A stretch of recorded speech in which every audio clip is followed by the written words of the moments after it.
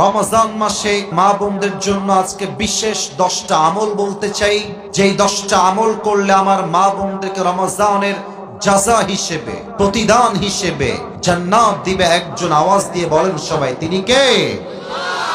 প্রথম আমল আমার কলিজার টুকরা মা বোনদের জন্য বলতে চাই, রমজান মাসে আপনাকে নিজের অন্তরটাকে হিংসা মুক্ত করতে হবে। কারণ পুরুষের মাঝে যেই পরিমাণ হিংসা রয়েছে তার চেয়ে অধিক গুণ বেশি হিংসা নারীদের মাঝে রয়েছে, ঠিক কিনা বলেন? নারীরা বাই বার্থ একটু জেলাস হয়, হিংসা থাকে বেশি। রিসার্চ বলছে পুরুষের চাইতে নারীর হৃদয়ে হিংসা বাই বার্থ জন্মগতভাবেই একটু বেশি হয়। এর প্রমাণ দিচ্ছি, দেখবেন যে বন্ধু, আমরা যারা পুরুষরা আছি, আমরা পুরুষ বন্ধুরা আমাদের বন্ধুর ভালো চাই, কল্যাণ চাই, প্রশংসা করি, কিন্তু মেয়েরা নিজের বান্ধবীর প্রশংসা জীবনেও করতে চায় না, ঠিক না?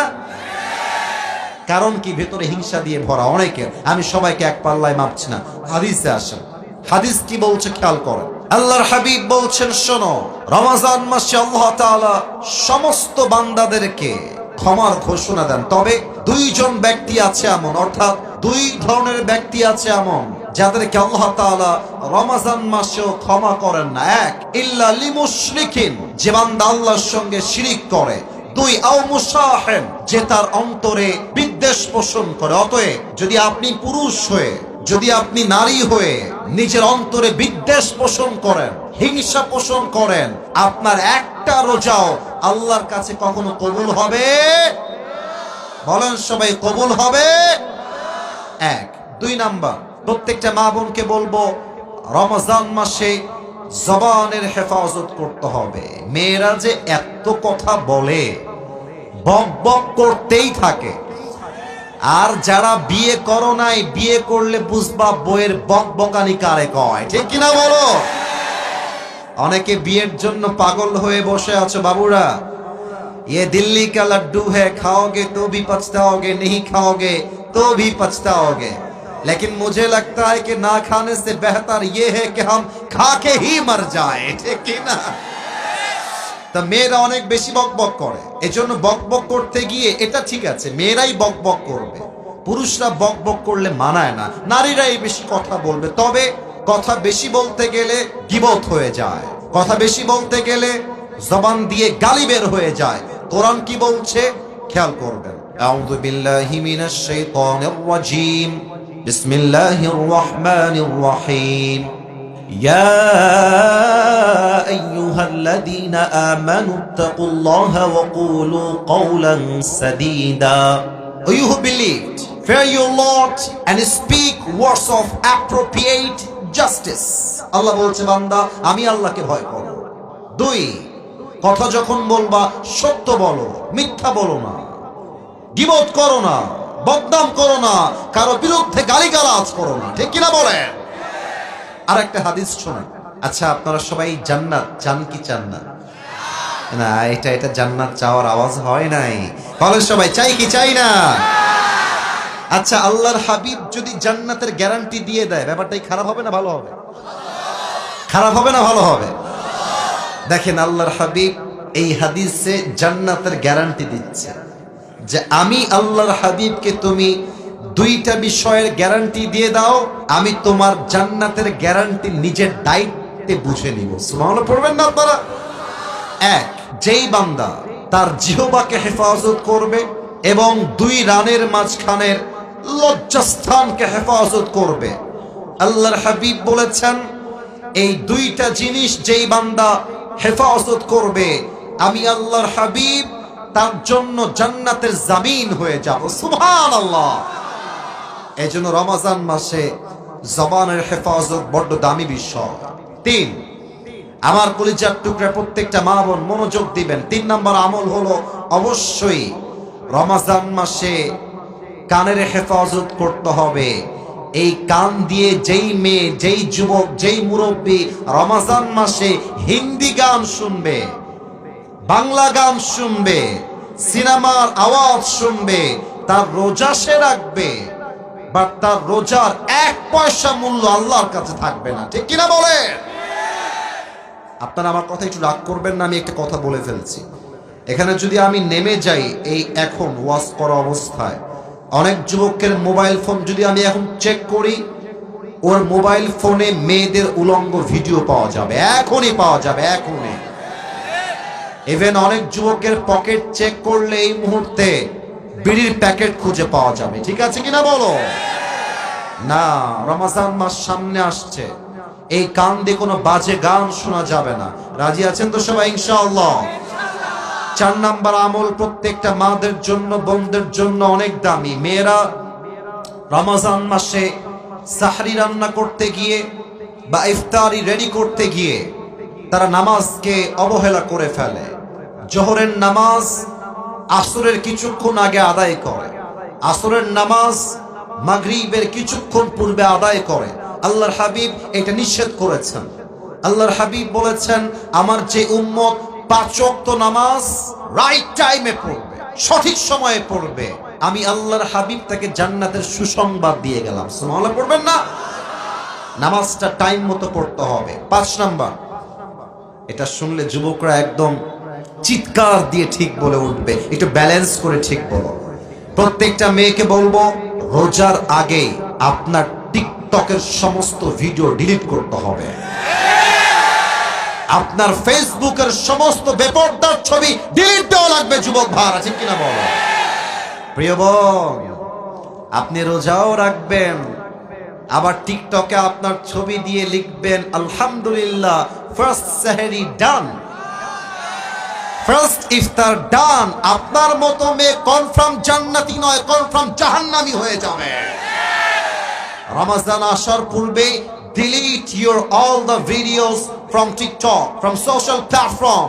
যেই মেয়ে রমজানের রোজা রাখবে এমন অবস্থায় যখন তার ছবি আছে ফেসবুকে, যখন তার উলঙ্গ ভিডিও আছে টিকটকে, যখন তার প্রত্যেকটা ছবি আছে ইনস্টাগ্রামে, মেয়েটা রোজাও রাখবে, যুবকরা তার ছবি দেখে মজাও নিবে, দুইটা প্লাস মাইনাস হয়ে তার রোজার সমস্ত আমল বাতিল হয়ে যাবে। ঠিক কিনা বলে? নিজেকে পর্দায় নিয়ে আসেন রমজান মাসে। আল্লাহ বন্দেরকে তৌফিক দান করুন, পড়েন সবাই আমিন। 6 নম্বর আমল, কলিজার টুকরা প্রিয় বোনেরা, রমজান মাসে অবশ্যই এইটা খেয়াল রাখবেন, আপনার বয়ফ্রেন্ডের সঙ্গে হয় আপনার বিয়ে হবে, না হয় রমজান মাসে বয়ফ্রেন্ডের সঙ্গে আপনার ব্রেকআপ হয়ে যাবে। তোমরা এত আস্তে ঠিক বলবা এটা আমি আশা রাখি নাই, বলো কথা ঠিক আছে কিনা আমার? অনেক মেয়ে, আচ্ছা জান তুমি কি সেহরি খেয়েছো?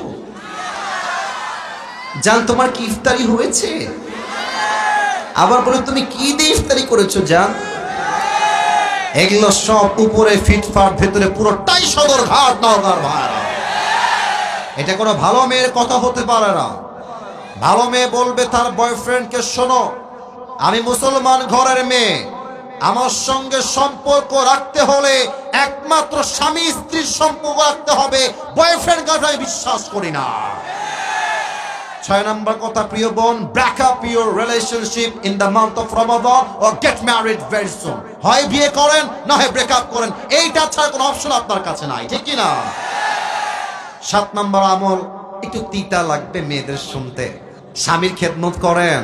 অনেক মেয়ে রোজা রাখতে রাজি আছে আব্বাজান, অনেক মেয়ে কোরআন তেলাওয়াত করতে রাজি আছে, বাট স্বামীর কথা উঠলেই কাখিটমিট করে উঠে। মানে অনেক মেয়ে সবাইকে সহ্য করতে পারে, স্বামীকে সহ্য করতে পারে না, ঠিক না? দেখবেন যে দোকানদাররাও বড্ড বদমাইশ। মেয়েরা আসলে দোকানে গেলে দোকানদাররা, আসসালামু আলাইকুম আপু, আসেন বসেন, আপনি কি খাবেন আপু বলেন, আমি আপনাকে দিচ্ছি, আপু কি খাবেন বলেন। আর আমরা দোকানে গেলে যদি বলি ভাই 500 না ভাই 300 দেওয়া যায় না, দৌড় মিয়া, কাজ কাম নাই, বের হন। আজিব। আর মেয়েরা এত দুষ্টু, স্বামী কল দিলে কি বারবার কল দাও, আমার কি কাজ কাম নাই, আমি রান্না করতে বসেছি, কল কাটো, বাজে ব্যবহার করে। আর অন্য পুরুষ কল দিলে, আসসালামু আলাইকুম ভাইয়া, ভালো আছেন ভাইয়া, ভুলেই তো গেছেন ভাইয়া, কবে আসবেন ভাইয়া আপনি?